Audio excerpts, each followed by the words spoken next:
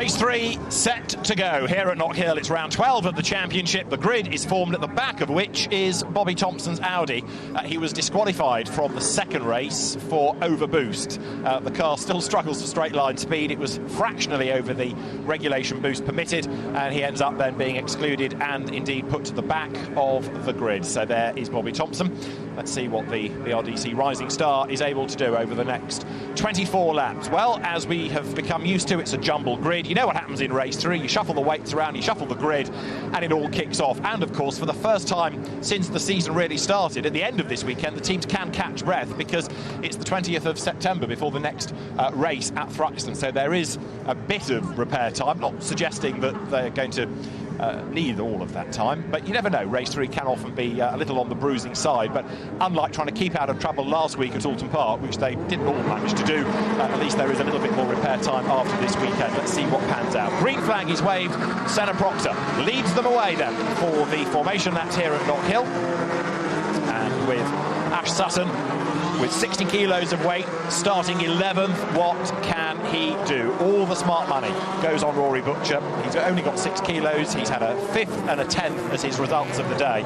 But is it going to be a win? Of course, in what's notionally his back garden. Of course, the family live on site. It's the family farm. And Rory Butcher, second on the grid in this motor-based run Ford Focus, another brand new car for this year. You kind of ignore that because you're so used to seeing motor-based and Ford Focuses, but it's a new ST Mark IV, and it's proved to be very competitive indeed.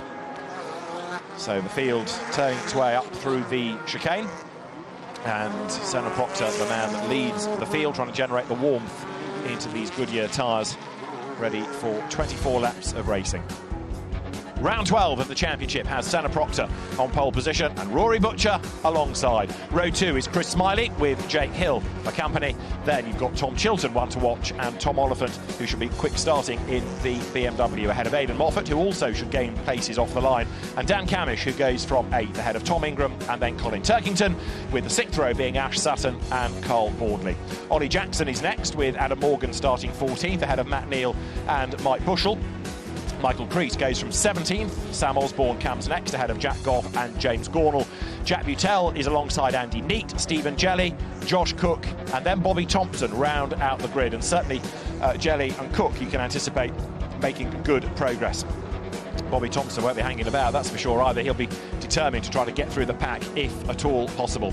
So, remember, it is the ballast carried as you cross the line. Ash Sutton was the winner of race 2, so he gets 60 kilos. And Rory Butcher, for 10th across the line, carries the 6. So let's see whether that is going to be any kind of a hindrance or not. But something's got to go really wrong over the first few corners, I think, to trip him up, Tim. Yeah, it is. I mean, obviously that's the battle for the win, but more closely we're also going to be watching the battle between Sutton and Turkington, bearing in mind there's only 8 points between them in the championship now. This could be an important point swing one way or t'other.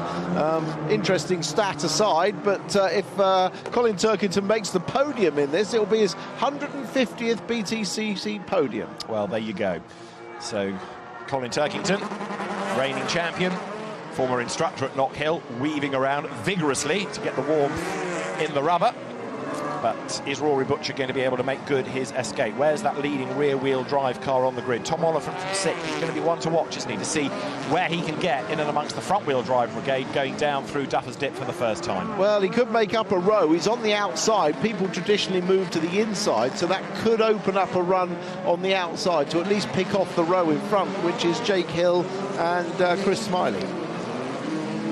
And can Aidan Moffat make it 3 from 3? That would be something. It is unlikely, but it's not beyond the realms of possibility. You never know what goes on up the road ahead, but it is going to be very hard work to do that. But what he wants is a good haul of points. That's the target. Yeah, I think you mean Ash Sutton, 3 from 3. If I said Aidan Moffat, that's senility, Yes. And I meant Ash Sutton. I'm glad somebody was listening. Thank you, Tim. No problem. So we have Ash Sutton going for 3 from 3 if he can. Aidan Moffat would like 1 from 3, and it's been a good day thus far for Laser Tools Racing.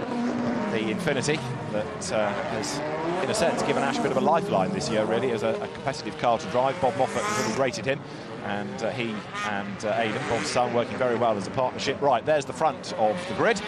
Carl Bordley's distinctive gold BMW that's had a really good day, probably the best combined set of races we've seen out of Carl since he came into the championship. That could be one to watch too. Yeah, we wanted him on pole. He missed out by one place. Right, indeed. But if anybody should be good through reverse grids, it's a man from oval racing. There's Bobby Thompson, who is the man at the very back. And please, can somebody help Josh Cook get a good result out of this? It's been the worst day possible, I think, for him, with a big accident and then being knocked off the road in the second race. If anybody deserves some good fortune, it is Josh. Right, Hyundai versus Ford on the front row of the grid. Hyundai is the only brand represented, of course, that's never had a win in the championships. Illustrious history. Could that change? Let's find out. Round 12 of the Quick Fit British Touring Car Championship is go. Good start by Butcher. Is it good enough to get ahead of Proctor? He's level with him as they go down towards Duffer's Dip. He should be through on the outside line. Yes, he is. Rory Butcher leads the pack as they dive into the first corner. Proctor second, Smiley third, and already Oliphant is up into fourth ahead of Jake Hill. Yeah, Oliphant did get the start he wanted in front of Jake Hill, but more importantly, Butcher got a perfect reaction and roll off the line. Oh, contact down through Butcher's. Camish brushing it out there, but gets through, and yeah, a great start from Butcher. Absolutely right, and now Ingram is on the attack against the BMW of Turkington. Sutton is next. Ollie Jackson's on his toes as well as they come then through Clark for the first time. You've got Matt Neal trying to gain places as well. Bobby Thompson likewise. Down to the hairpin for the first time. Rory Butcher it is who leads the way. Is he getting away? Yes, he seems to be. But who can get through the pack quickest? That's Aidan Moffat on the inside of Dan Camish as they come out of the hairpin. Up now, over the brow. One lap completed, and it is Rory Butcher already 0.8 of a second to the good.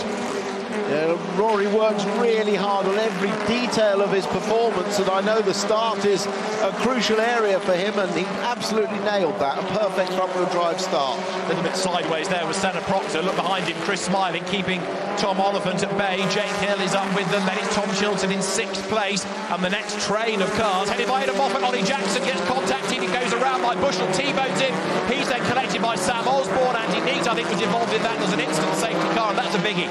That could be very well be a red flag. That was don't know the start of that, but that was the worst place to possibly spin. A wheel completely torn off Osborne's car, but yes, that was a worst possible place.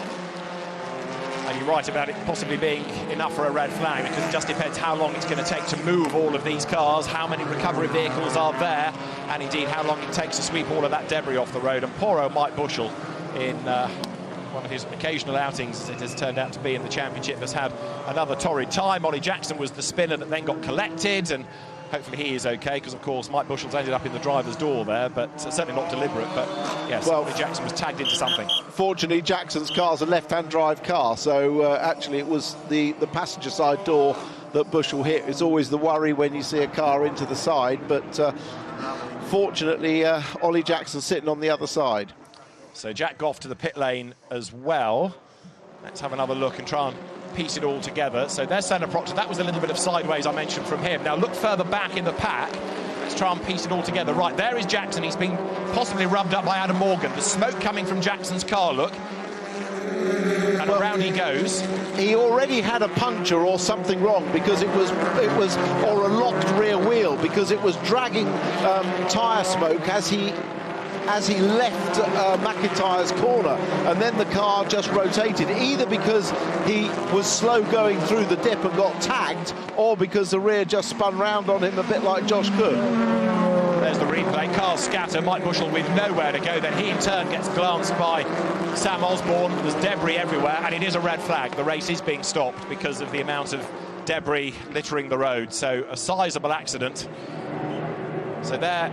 Yeah, the wheel is locked. Look, the wheel is locked. Yeah. So he's going to be slow down here, and the car just rotates. It's like pulling the handbrake on.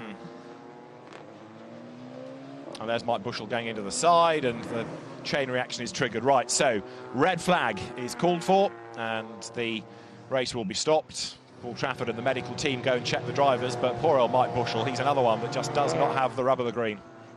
No, definitely not. Guess who was nearly involved? Josh Cook as well. He managed to just get through that, but a lot of damage to clear up here, and it won't be easy to move all the cars either. No, exactly. There's liquid on the road. There are shards of debris which they need to sweep, because otherwise that could trigger punctures. So what it does mean, though, is that Rory Butcher's got to do it all over again from a standing start. Yeah. Exactly. Because it won't be a rolling start, it'll be a standing start, so he'll have to do that again. It was interesting listening to Senna Proctor's interview. He had no intention of making it easy, did he? He was absolutely fired up to try and get a win and believes it was possible, but he would have learned from that start how to make it a little bit better. There from another angle around goes Ollie Jackson, Carl Scatter, and poor old Mike Bushell unsighted, just has nowhere to go, does he? Straight into the side, and then Sam Osborne's got nowhere to go, so he glances off Mike Bushell, and that is why we have a red flag here at Knockhill. The clean-up operation is underway, and we'll be back at Knockhill after the break.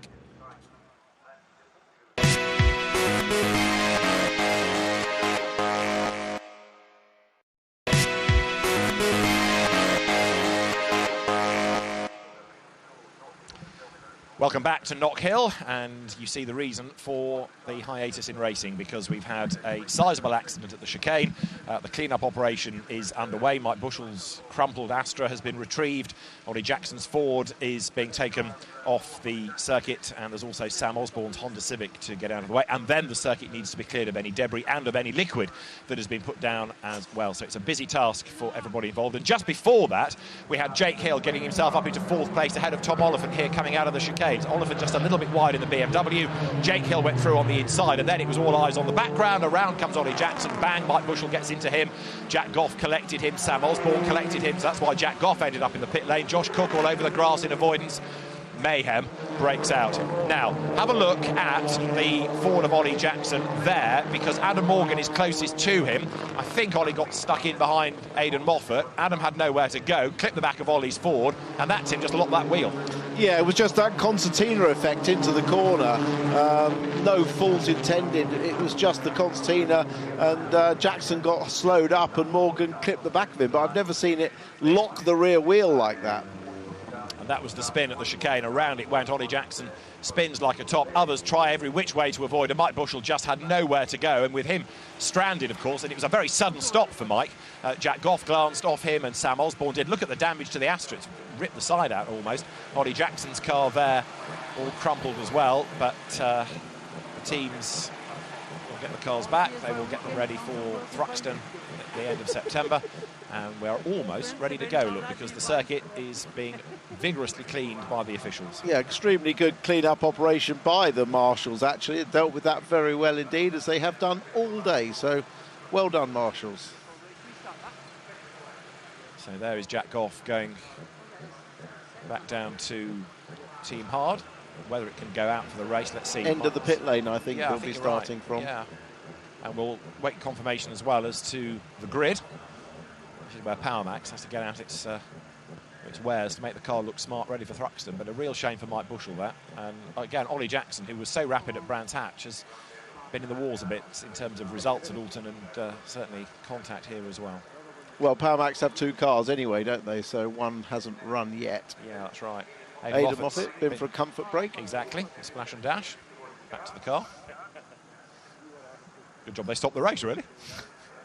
Trust me, once the adrenaline had kicked in, he wouldn't have noticed it. But no, once you stop and sort of relax a little bit, he obviously consumed quite a bit of fluids during the day to keep his hydration levels up, and all of a sudden it wasn't needed. So we know we're going to be missing 3 of them, Bushell, Jackson and Osborne. Jack Goff possibly from the pit lane, or he might be allowed out to start at the back of the grid. We shall wait and see. And it's going to be still 24 laps according to the timing screen. There is Jack Goff at the end of the pit lane, and he will be good to go.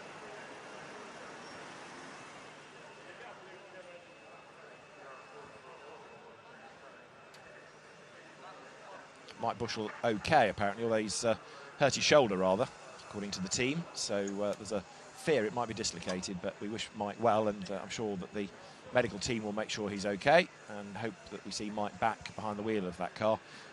The team confirming they do have 2, but that'll be repaired by the end of the week, they say. Stephen Jelley's car being attended to. Of course, that was off into the gravel and then into the pits, wasn't it, in the second race? Andy Miller, the engineer at the front, talking to Sam Riches about how much time they've got to do whatever they need to do. 5 minutes to the green flag, we're being told, and with the circuit pretty much clear, then the countdown can get underway, and Rory Butcher will try and convert the pace that he displayed earlier into the same pace again and get the drop on everybody and try and score this expected win. Yeah, it was interesting. We saw Jake Hill getting past Oliphant, and again, it's that situation, especially end of the day when temperatures are down, track temperature is down, ambient temperature's down, that the BMWs and Infinities have a little bit more trouble switching on their tyres. Takes a little bit longer compared to the front-wheel drive cars, and Oliphant was just struggling with a little bit of... But we'll no doubt have plenty of action.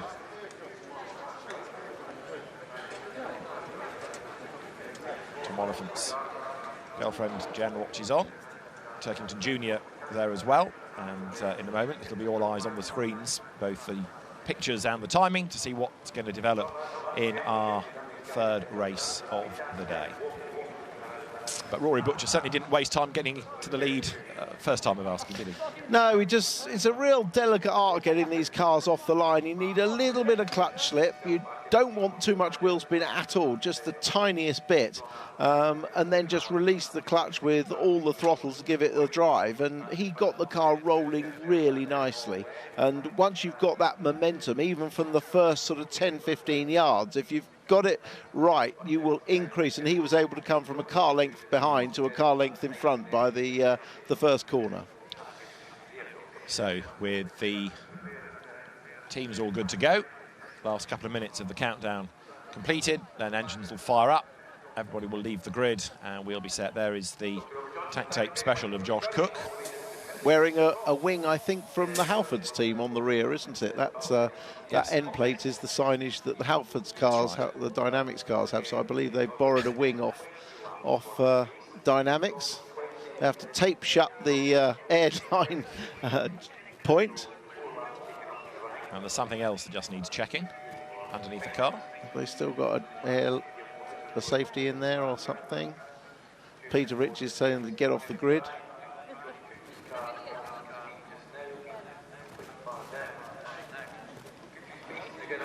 So that, I think, was the 2-minute board. So at the 1-minute board, everyone has to clear the grid. They can have one engineer that remains to the 1-minute board and fire up the engine. So the team is okay and happy, and let's see what progress Josh Cook can make here. He will start from the 24th slot on the grid, but of course there are gaps ahead of him now. So Senna Proctor gets another go at this to see whether he can get a better start and see whether he can repel the challenge of Rory Butcher down towards Duffer's Dip. Yeah, we're back to the original grid, and as I said, he will have learned from that, where they had too few revs, too many. Obviously, the tyres are also depends on the tyre temperature.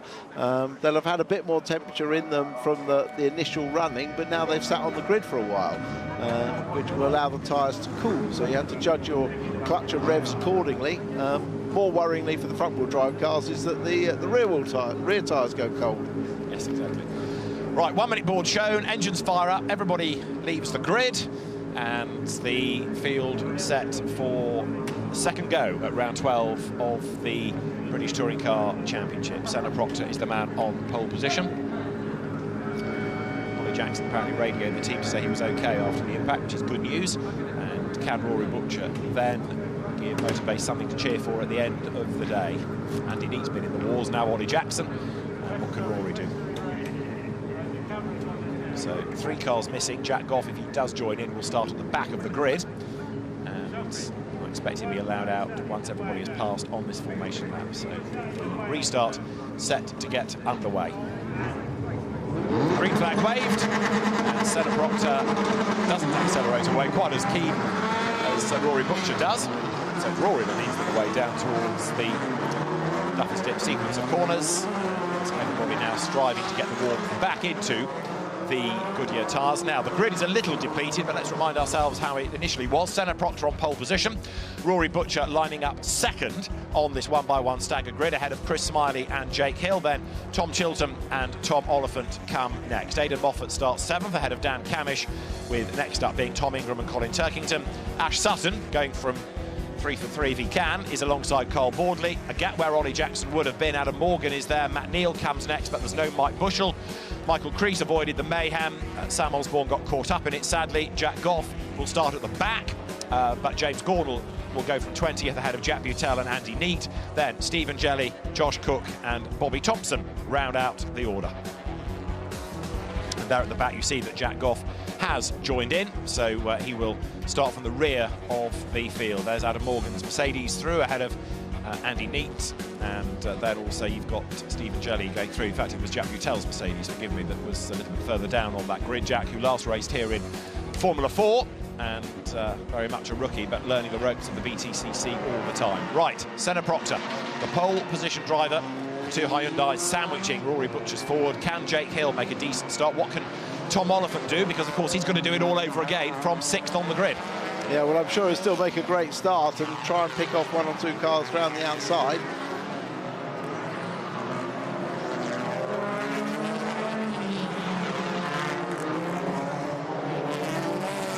His BMW that's had a good day.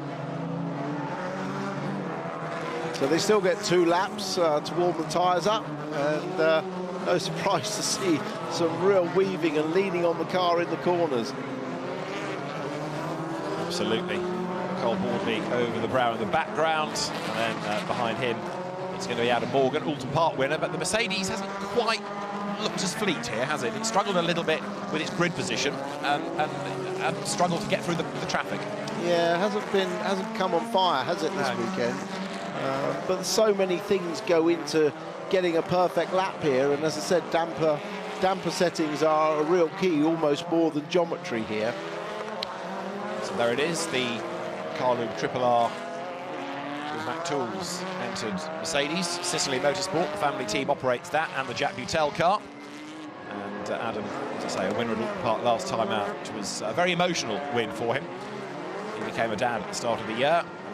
6-month-old Freddie was there to watch Adam score a win, his first since 2018, so it meant a lot to him. As if you saw the interview with Louise at the end of the race, you'll remember. There is behind Matt Neal, starting from 15th. Matt should be another one to make some progress in this, but 2 warming up laps at a relatively leisurely pace seem to take a long time, don't they? They do, yes, they do. Different ways of warming the tyres up. The rear-wheel drive cars accelerating hard as they go through the corners, and the front-wheel drive cars lifting off to try and rotate the car in the corners and make the rear tyres work harder and therefore gain temperature. So there,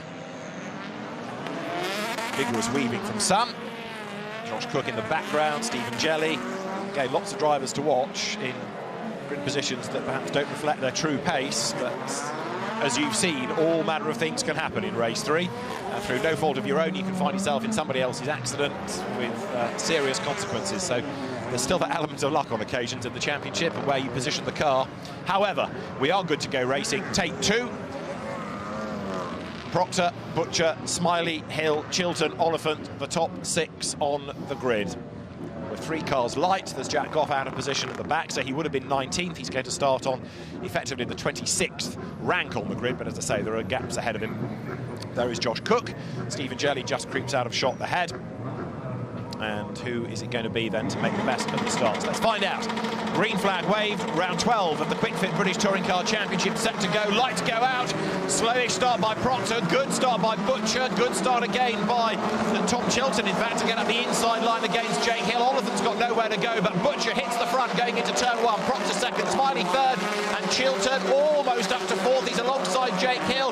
Now at the bottom of the hill, he's on the inside line going through McIntyre's, and yes, Chilton goes through, Hill goes wide, but Oliphant still can't find the real estate to gain ground. No, Oliphant got boxed in on the inside, couldn't make progress, but at the front it was absolutely systems as per race 1, with Butcher getting a perfect start. His reaction, or Proctor's reaction, looked a little slow initially to the lights going out. Down to the hairpin, and it's going to be really a battle, I think, on for second place now. You've got some very determined drivers, Chilton being one of them, Dan Camish being another. Chilton dives up the inside of Chris Smiley. Tom Chilton always goes well around here. We've been saying all day, he's working his way forward, thinking about race 3. Chilton is flying then as they come up over the line. He has got weight on the car, remember, 24 kilos, but he's managing it nicely. He's on the inside of Smiley. He's third as they go into Duffer's Dip then, so the BTC Honda up into the top 3 now. Yeah, nice move from Chilton. Always good to strike on the first lap, using his experience and the braking performance of that Honda, which has always been very strong. So he makes his way out of the chicane, but it's Rory Butcher up front as further back Turkington goes defensive to keep Ash Sutton at bay. Ingram tries to get up the inside of Aidan Moffat. That doesn't work out for him as the cars dive to the hairpin. Right, Jake Hill now comes up to have a go at Chris Smiley. Is he going to be able to find a way past the Hyundai? Tom Oliphant behind. Here comes Hill, but Smiley covers that off as they dive to the hairpin.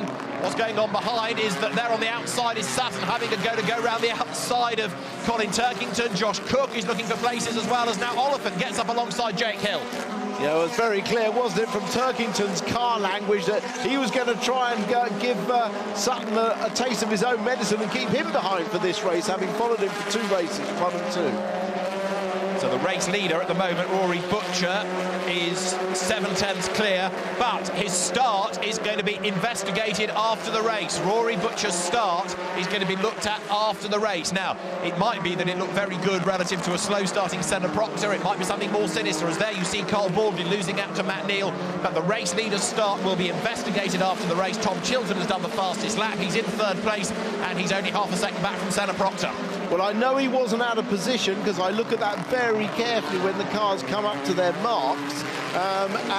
But I did note that his reaction looked extremely good. Whether that was, I thought, look, here we go, we need the lights in. Oh, he crapped, didn't he? He just moved ever so slightly. He moved and stopped. Yeah, tiny bit, tiny bit. Maybe that's what's being looked at. Yeah. However, it'll be done post-race, so keep an eye to touring car website, social media and the like, and you'll find out if anything does come of it post-race. Right now, though, Rory Butcher is leading by 9/10ths of a second from Senna Proctor. That's Jake Hill, who's lost out to Tom Oliphant, but he's on his toes to try to fight back. He's got Dan Camish behind him. Chris Smiley at the moment is the man they're all trying to find a way past. Yeah, that was Jake Hill trying to pull off the same move that he did in race 1, but Camish has got a nose ahead, albeit on the outside, trying to crowd Hill to the inside. So far, going round the outside hasn't worked very well for anyone in touring cars here. They've always been pushed out onto the gravel on the outside. And Hill defends from Camish. In the background, Ingram comes up to have a go to try to gain places, but he's also not only trying to get past Moffat, but fend off Turkington, and that is Oliphant up on 2 wheels, who gets ahead of Smiley. That was spectacular, and that has worked for him. Oliphant goes 4th. Doesn't matter how many wheels he's used, 2 will do, and he's gained the place. Wow, that must have been a real late lunge into the first corner. Very difficult to do. Here it is. So that's Chilton through. Wait, there's Oliphant. Yeah. Big bite of curb, wow. Well, he got his nose alongside and took a lot of curb to make sure he didn't hit him, and got through on Smiley. Touring cars and BSB combined. Right, Oliphant up in place. Jake Hill then drops 1 spot, so does Smiley, and he's in danger of losing another to Dan Camish here. On the outside of Moffat is Ingram, who gets roughed up, and that's Ash Sutton dropping a wheel into the dirt. Camish on Smiley, job done. Camish goes through. Turkington on Ingram as well, further back, gets through. Absolutely, so the BMW, remember, that's a bit heavier anyway, goes by. What about Ash Sutton? He's a little bit stuck at the moment, isn't he, behind Matt Neal. And Carl Baldwin running with this leading group once again. He's right there behind them. Yeah, so Turkington's actually made more progress than Sutton so far, hasn't he? He has indeed. So Turkington from 10th on the grid, Sutton from 11th, and with a slightly heavier car, don't forget. Right, Moffat comes up to have a go at Smiley, but Turkington, yes, chipping his way forward all the while. Well, he knows this is the race where he can make up some points, and so far he's looked very aggressive, and he's now caught up behind Sutton's teammate, Aidan Moffat. Right, that's Stephen Jelly on Michael Creed. Stephen Jelly's going nicely in this, isn't he? Working his way up from 23rd on the original grid. Over the timing line they come. That now puts 6 laps in the book. The leading gap is going up all the time. Rory Butcher's just driving away with this. 1.6 seconds clear. That's Morgan under attack. I think it's Matt Neal that's doing the attacking. Sutton behind is in 13th place. He's in the points, but 13th place, 9th of Turkington. Can he go 12th? Yes, he can. Sutton up the inside of Matt Neal. Through he goes. Very good move. Seen that once before. I think it was from Sutton's teammate Moffat who did that earlier. The traction off McIntyre is very good in the Infinity. Now up front it is still Rory Butcher from Senna Proctor from Tom Chilton, who is 8/10ths back from the Hyundai, the second of which, Chris Smiley's car there, is still trying to fend off Aidan Moffat and almost everybody else. Turkington is next in that queue. And this is the battle going on now for 7th place and back over the line. So Moffat almost levels with Smiley. The Hyundai just keeps the place as they dive towards Duffers Dip. Turkington, then you've got Ingram, then you've got Morgan in all of this. This is a real tight battle. Something's going to give sooner or later in this. Will it be Turkington that takes an advantage out of it? He will hope so, but it could also go wrong. It's a risky place to be. It's not where Turkington likes to be, but he has no choice in race 3. Chris Smiley defending, therefore losing time against those ahead of him. Rory Butcher on his last lap did the fastest lap of the race. He's nearly 2 seconds to the good, escaping up the road. Smiley defending from Aidan Moffat. Down they come to the hairpin as Turkington works out which way to go to attack and indeed defend from Ingram. Yeah, and then Senna Proctor's doing a good job in second because Chilton's not catching him. On the last lap, they did identical lap times, and there's a 1 second gap between them. And who is going to be the mover in all of this? Ingram is on his toes, both attacking and defending. Up the curve goes Sutton. Adam Morgan is looking for places as well. There is Sutton, look on the outside of the Toyota. Can he go through? Not there, he can't. He was trying to set up that cutback manoeuvre again, wasn't he? Yeah. To no avail as they come now out of the chicane. Morgan's under attack from Matt Neal, goes defensive. Carl Bordley is there, almost with them as well. Look, is Stephen Jelly. And you've got Michael Crease there, and Josh Cook's caught them all up as well. Crease goes a little bit wide coming out of Clark's. That opens the door for Jelly. Where to look next? Neal versus Morgan. They're side by side. Look, Matt Neal goes ahead, and Sutton gets into the back of Ingram, who gets into the back of Turkington, and that pushes the BMW out wide. Sutton got into the Toyota's rear end, and that in turn knocked Ingram into Turkington. Yeah, Sutton was trying to do a last-minute cutback on Ingram, wasn't he? But Ingram covered it off, so they had contact, and that pushed them into the back of Turkington. And Matt Neal makes contact with Carl Bordley. Bordley's ahead of Morgan as well now. Carl having the touring car race of his life here. Morgan back through on the inside. Stephen Jelly is on the attack. So is Josh Cook as they plunge downhill. And all of this is going on the bottom end of the top 10. But even so, it's fantastic racing. It's thrilling racing. Real typical close knock-hill race. Jelly has to defend, but gets up the inside of Bordley. The two 1 Series cars. Bordley's car run by Team Hard, and Jelly's run by Parker Racing. But Bordley comes off worst. Always do on the outside. And that means that Crease goes past him, and James Gordell goes past him, and Josh Cook looking for a gap against Jelly. Thompson gets up Gordell gets up the inside of Crease. Jelly throws the gravel at everybody coming out of the hairpin. Andy Neath joining this party now as well. Pretty much everybody else in the race is in this battle. Up front, Butcher leading by 2.6 seconds. Proctor is a 1.5 seconds clear of Tom Chilton, so that gap extending all the while. Yeah, and Proctor extending his lead in turn over Chilton. So I'll say again, a great performance by Proctor in second place in the Hyundai. There's the leader, lest you forget, Rory Butcher. They're in second place, Senna Proctor on target for his best of the season. It could be a second win for Rory Butcher this, but the first one, which he's taken the checkered flag first. Of course, he inherited that win at Alton Park, but this will be done on merit. Over the line, not only is Chilton not catching Proctor, but he's in danger of losing this potential podium slot to Tom Oliphant, because now, with 9 laps to go, third and fourth are together. Yeah, Oliphant's got 30 kilos on, but we know how well that car carries the weight.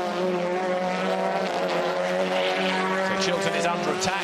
Senna Proctor unable to match the pace of Butcher, but well clear of this squabble. Oliphant out wide, as you see, through the gravel, over the curb, back onto the road. Great to look in your mirror when you see the car behind do that, because you know you've just got a few more corners of breathing room as he gets himself sorted out and gets back on track. And you know, the thing with racing around here is it's a bit like golf. It's a number of bad mistakes you make that set you back. You can never recover the mistakes you make. That is lost ground and it's gone forever. So Tom Oliphant loses 3, 4, 5 lengths to Chilton. The BTCC Racing Honda ahead of the Team BMW 330 as they come over the line. So that does indeed give Chilton a bit more breathing space, like a second's worth of breathing space now over the BMW. But Tom Oliphant, who's a much improved touring car racer this year, he's a touring car race winner, and once again he's putting in a really tigerish drive here to close that gap down against the Honda. Chris Smiley, meantime, is still oh so busy keeping everybody at bay. Actually, using the golf analogy is a fairly good one for Tom Oliphant, because he was playing golf for Glen Eagles this week. So right now he is in 4th place, and that is Carl Bordley, who's been in a bunker a lap ago, and he's fighting back. He's on the tail of James Gordell here. There is the race leader. Rory Butcher enjoying a fairly serene afternoon at the moment as he comes over the line. He was 3 seconds clear last time, and Senna Proctor is 3.3 seconds adrift this lap.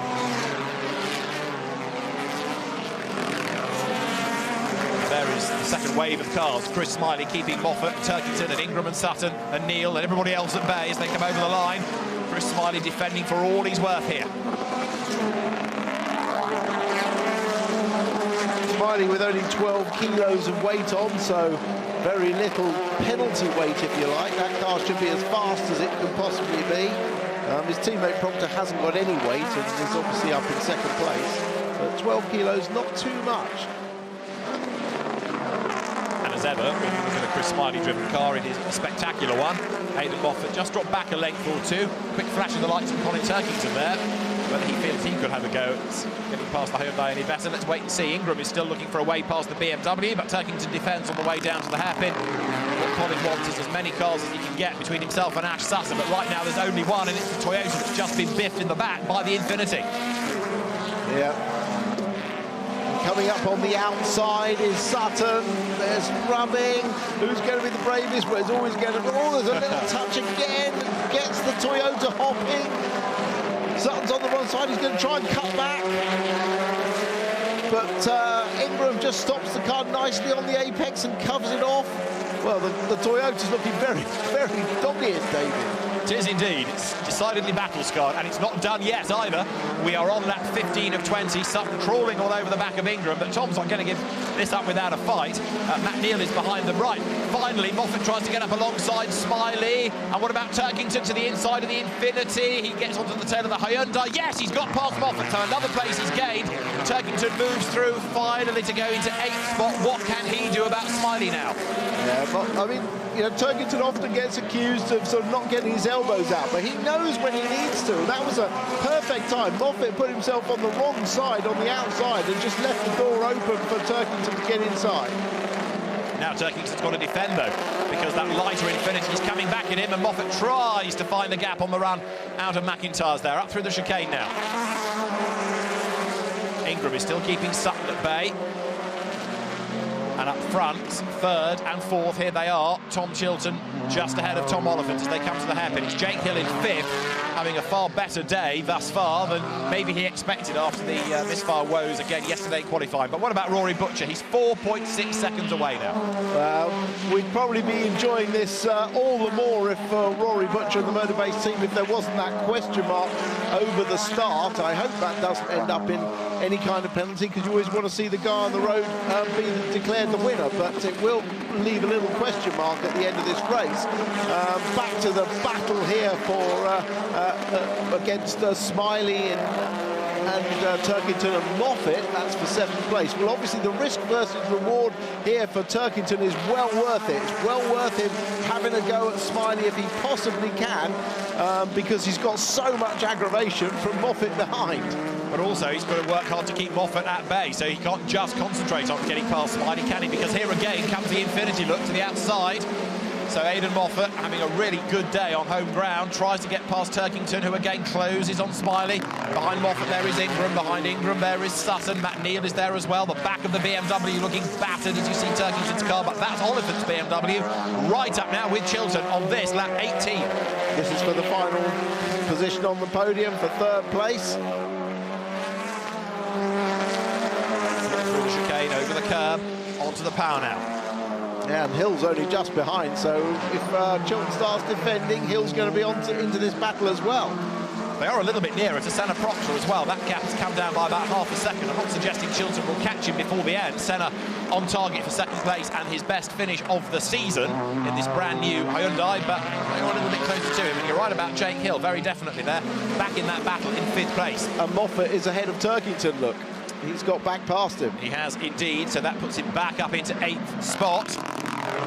Turkington's BMW dragging a bit of rear damage, comes out of the hairpin. 2 laps for the race leader, 5 seconds clear is Rory Butcher. He's not just going to win this, he's going to dominate this. Yeah, so Turkington's now only 1 place again, or 2 places in front, 1 car between him and Sutton. That's right, that's the car between them being the Toyota of Tom Ingram. Working hard to repel the challenge of Ash Sutton. Turkington still trying to find a way back ahead of Aidan Moffat. Trading places, these two. But Rory Butcher, race leader, fastest lap of the race as well. Way clear, over 5.4 seconds to the good now. So one more lap to run at the end of this. Chris Smiley still holding on to 7th place, no matter who's behind him, what they throw at him here. He's doing a good job of defending as they come to the hairpin. Does Aidan Moffat challenge? He doesn't. There's a little lock-up from Smiley. Tyre smoke evident. He comes out of the corner, climbs the hill up towards the line, and Moffat switches sides. Goes to the inside now to try to make the pass into Duffer's Dip. This is the one that Oliphant pulled off, but Moffat's not quite close enough to challenge. Downhill they go, but on his last lap is Rory Butcher. He's already made his way out of Clark's. He's going down to the hairpin, and so from second on the grid, a race win on very much his home circuit and the fastest lap of the race as well. Rory Butcher in the Motorbase Run Ford Focus ST Mark IV is going to score a 2nd win of the season, and he is delighted as he celebrates in style heading up towards the checkered flag. Rory Butcher wins race 3 at Knock Hill. 2nd is Senna Proctor, being caught at the end by Tom Chilton, who takes 3rd. Oliphant 4th, Hill 5th, 6th will go the way of Dan Camish. Anybody's guess for 7th. It's Chris Smiley just ahead at the moment, but he's got Moffat and then Turkington and then Ingram in this long train of cars behind him. Does Smiley hang on for 7th? He does. Moffat 8th, Turkington 9th, and Tom Ingram rounds out the top 10. Ash Sutton 11th from Neil, Jelly, Morgan, and Josh Cook gets a point after all of his travails today in 15th place. But a great drive by Rory Butcher. And a quick word about Tom Chilton. That is his 101st career podium, not just in the BTCC. I'm taking in World Touring Cars and other categories, but Tom says, I like stats. I've worked out how many podiums I've got. My next will be my 101st. So well done, Tom Chilton, but well done, Rory Butcher. Fastest lap, a race win, a 5th, a 10th, and a win to crown out the weekend. That's pretty good going. Yeah, it's a great result at his home circuit. Good for the family, good for Rory, and great for Motorbase as well. So Senna Proctor 2nd, Tom Chilton 3rd, and Rory Butcher victorious at Knock Hill. The results of round 12 of the championship confirm Rory Butcher as the winner from Senna Proctor and then Tom Chilton. Tom Oliphant 4th ahead of Jake Hill, then Dan Camish with Chris Smiley 7th, Aidan Moffat 8th from Colin Turkington, and Tom Ingram in 10th position. 11th, Ash Sutton ahead of Matt Neal and Stephen Jelly. Adam Morgan 14th, Josh Cook taking the final point ahead of teammate Michael Crease. Carl Boardley down to 17th after being forced off the road. James Gornall 18th from teammate Bobby Thompson, and Andy Neat in 20th. Jack Goff 21st ahead of Jack Butel, and then of course those that we lost in the accident in the original start, didn't take part in the restart, Ollie Jackson, Mike Bushell and Sam Osborne.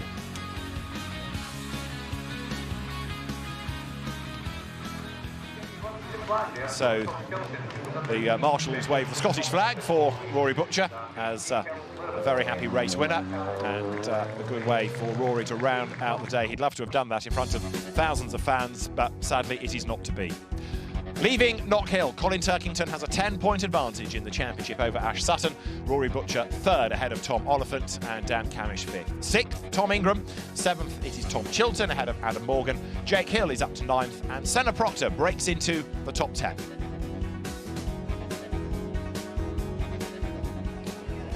So there, Rory Butcher's car goes through the Parc Fermé area, and he will jump out of the car, and the Motorbase team, headed of course by David Bartram, will be very pleased with that. Fist bumps all round. So Rory Butcher's 2nd victory of the season. We've been saying really since the start of the season how well this new Ford was looking, and it's come good. I know it's a 2nd win, but that's the first one, if you like, on merit, not inheriting a win. And Rory Butcher takes honours in style at Knock Hill. Great drive by Rory Butcher. Full analysis after the break.